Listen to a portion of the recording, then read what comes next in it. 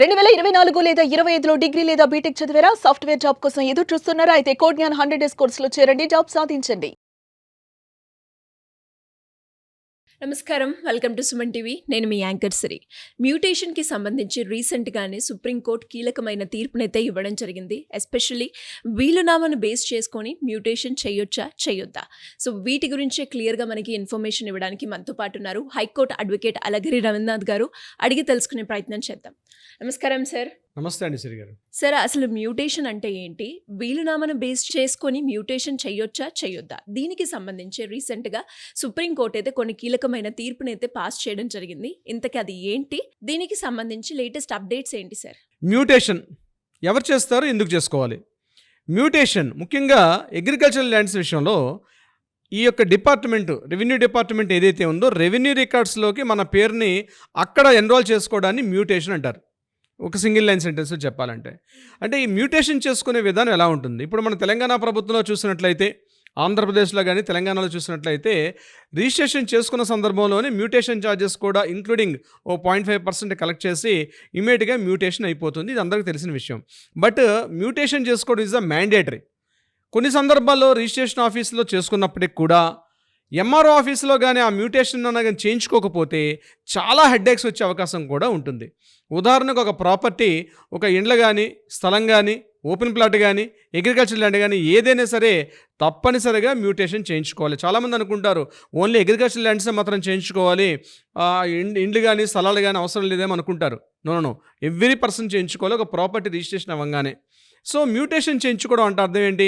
ఇప్పుడు SRO sub register ఆఫీస్లో registration అవుతుంది, ఎంఆర్ఓ ఆఫీస్లో మ్యూటేషన్ అవుతుంది.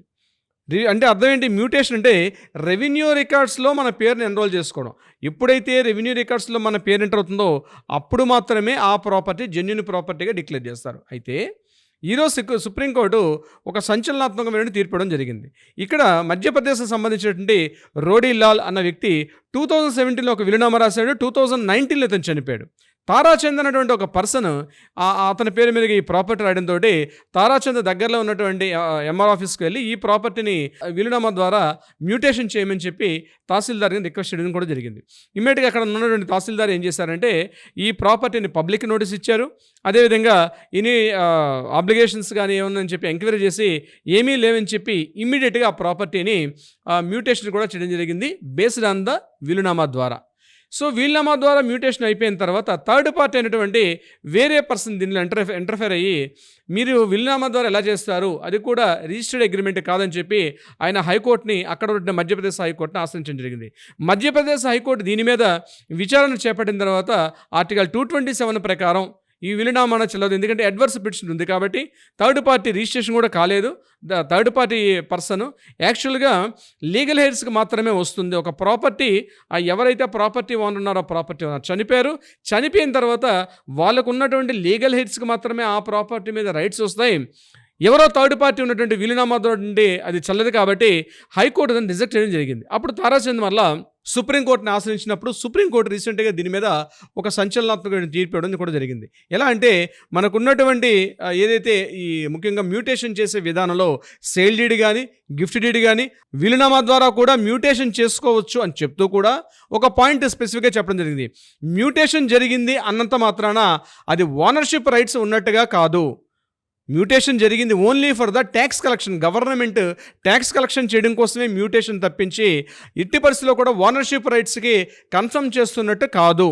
ఆ ఇష్యూ ఏదైనా ఉంటే ఆ సివిల్ కోర్టుకు వెళ్ళి సివిల్ కోర్టులో మీరు ఇష్యూ తేల్చుకోవాలంటే నిజంగా ఆ వీలునామా కరెక్టా, ఆ వీలునామా జెన్యూనా కాదా, అది నిజంగా ఉన్నట్టు కాబట్టి లీగల్ హెయిర్స్ వెళ్ళి దాని మీద ఛాలెంజ్ చేసుకోవాలి తప్పించి గవర్నమెంట్ లీగల్గా ఒక ట్యాక్స్ కలెక్షన్ చేయాలి కాబట్టి ఆ ట్యాక్స్ కలెక్షన్కి ఈరోజు ఈ ప్రాపర్టీ ఓనర్గా ఉన్నటువంటి సేల్ డీడ్ జరిగినా, గిఫ్ట్ డీడ్ జరిగినా, అదేవిధంగా ఈ వీలునామా ద్వారా ప్రాపర్టీ వచ్చిన ఓనర్షిప్ రైట్స్ అయితే జరిగినాయి కాబట్టి మ్యూటేషన్ ఎన్రోల్ చేసుకుంటారు.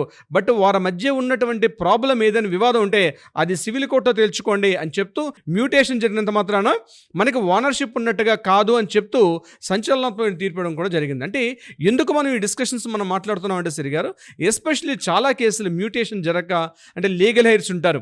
అంటే ఒక వ్యక్తి చనిపోయాడు, వాళ్ళకి క్లాస్ 1 లీగల్ హెయిర్స్ ఉంటారు. అంటే భార్య, కొడుకు, కూతురు, ఈ యొక్క ఈ సీక్వెన్స్ ప్రకారం ఉంటుంది. ఈ సీక్వెన్స్ ఉన్నటువంటి లీగల్ హెయిర్స్కి మాత్రమే రైట్స్ ఉంటాయి తప్పించి థర్డ్ పార్టీ వీలునామా ఉన్నట్లయితే చెల్లదని చెప్పి చాలామంది డౌట్ పడే అవకాశం ఉంటుంది. దానికి ఫుల్ స్టాప్ పెడుతూ ఈరోజు సుప్రీంకోర్టు ఇచ్చినటువంటి ఉత్తర్వులు ఏంటంటే, వీలునామా ద్వారా కూడా మ్యూటేషన్ చేసుకోవచ్చు, బట్ వాటి మీద ఏదైనా ఇష్యూస్ ఉంటే సివిల్ కోర్టులో ఫైనల్ చేసుకొని మరలా వీళ్ళే తర్వాత మ్యూటేషన్లో కరెక్షన్స్ చేసుకోవాలి తప్పించి ఈరోజు అది ఇష్యూ ఉందని చెప్పి వీలునామా ద్వారా చెయ్యమని చెప్పి దాన్ని హోల్డ్ చేసే అవకాశం ఎట్టి పరిస్థితుల్లో ఉండదు. వివాదాలు లేనటువంటి ఎవరైనా అబ్లిగేషన్, ఎందుకంటే ఆయన ఆల్రెడీ ఎంఆర్ఓ గారు ప్రొసీడింగ్స్ అన్ని ఫాలో అయ్యారు కాబట్టి తప్పనిసరిగా ఈ మ్యూటేషన్ జరగాల్సిందే, దీన్ని యాక్సెప్ట్ చేయాల్సిందే, మీ ఇష్యూస్ ఏమైనా కిందకి వెళ్ళి మీరు సివిల్ కోర్టులో ఫైనల్ చేసుకోండి అని చెప్పి సుప్రీంకోర్టు ఆ యొక్క ఫైల్ని రిజెక్ట్ చేయడం కూడా జరిగింది సిరి గారు. అంటే సార్, ఇప్పుడు ఎవరైనా కూడా మీరు అన్నట్టుగానే వాళ్ళు ఏదైతే ప్రాపర్టీ తీసుకున్నారో దానికి సంబంధించి మ్యూటేషన్ చేసుకోవాలి అంటే దాని ప్రొసీజర్కి సంబంధించి సలహాలు, సూచనలు కావాలి అంటే ఏ రకంగా మిమ్మల్ని అప్రోచ్ అయ్యే ఛాన్స్ ఉందంట? అవునండి, మనకి ఒక గడిచిన లాస్ట్ 4-5 ఇయర్స్ నుంచి 2020 నుంచి మన తెలంగాణ ప్రభుత్వంలో మ్యూటేషన్ అనేది ఈరోజు మనకి బై డిఫాల్ట్, అంటే రిజిస్ట్రేషన్ టైంలో, ఇప్పుడు రిజిస్ట్రేషన్స్ కూడా ఒకప్పుడు సబ్ రిజిస్టర్ ఆఫీసులు జరిగేవి. అంటే వ్యవసాయ భూములు కానీ, అంటే ఎస్పెషల్లీ అగ్రికల్చరల్ ల్యాండ్స్ అన్నీ కూడా రిజిస్ట్రేషన్ ఆఫీసులు ఉండేవి. కానీ 2020 తర్వాత ఏం చేశారంటే దీన్ని ఎంఆర్ఓ ఆఫీస్లో ఎప్పుడైతే చేస్తున్నామో మ్యూటేషన్ ఛార్జెస్ కూడా ఇక్కడే అయిపోతున్నాయి. అంతకుముందు ప్రీవియస్ కొన్ని డాక్యుమెంట్స్లో, అంటే ప్రాపర్టీ డాక్యుమెంట్ రిజిస్ట్రేషన్ అయిపోయింది కాబట్టి I'm the owner of the property అనుకుంటారు. కానీ ఎప్పుడైతే రిజిస్ట్రేషన్ జరిగిందో అంత మాత్రాన ప్రాపర్టీ ఓనర్ కాదు. అది గుర్తుపెట్టుకోవాలి. మ్యూటేషన్ జరిగితేనే, అంటే రెవెన్యూ రికార్డ్స్లో ఆ నేమ్ అనేది ఎన్రోల్ అవ్వాలి.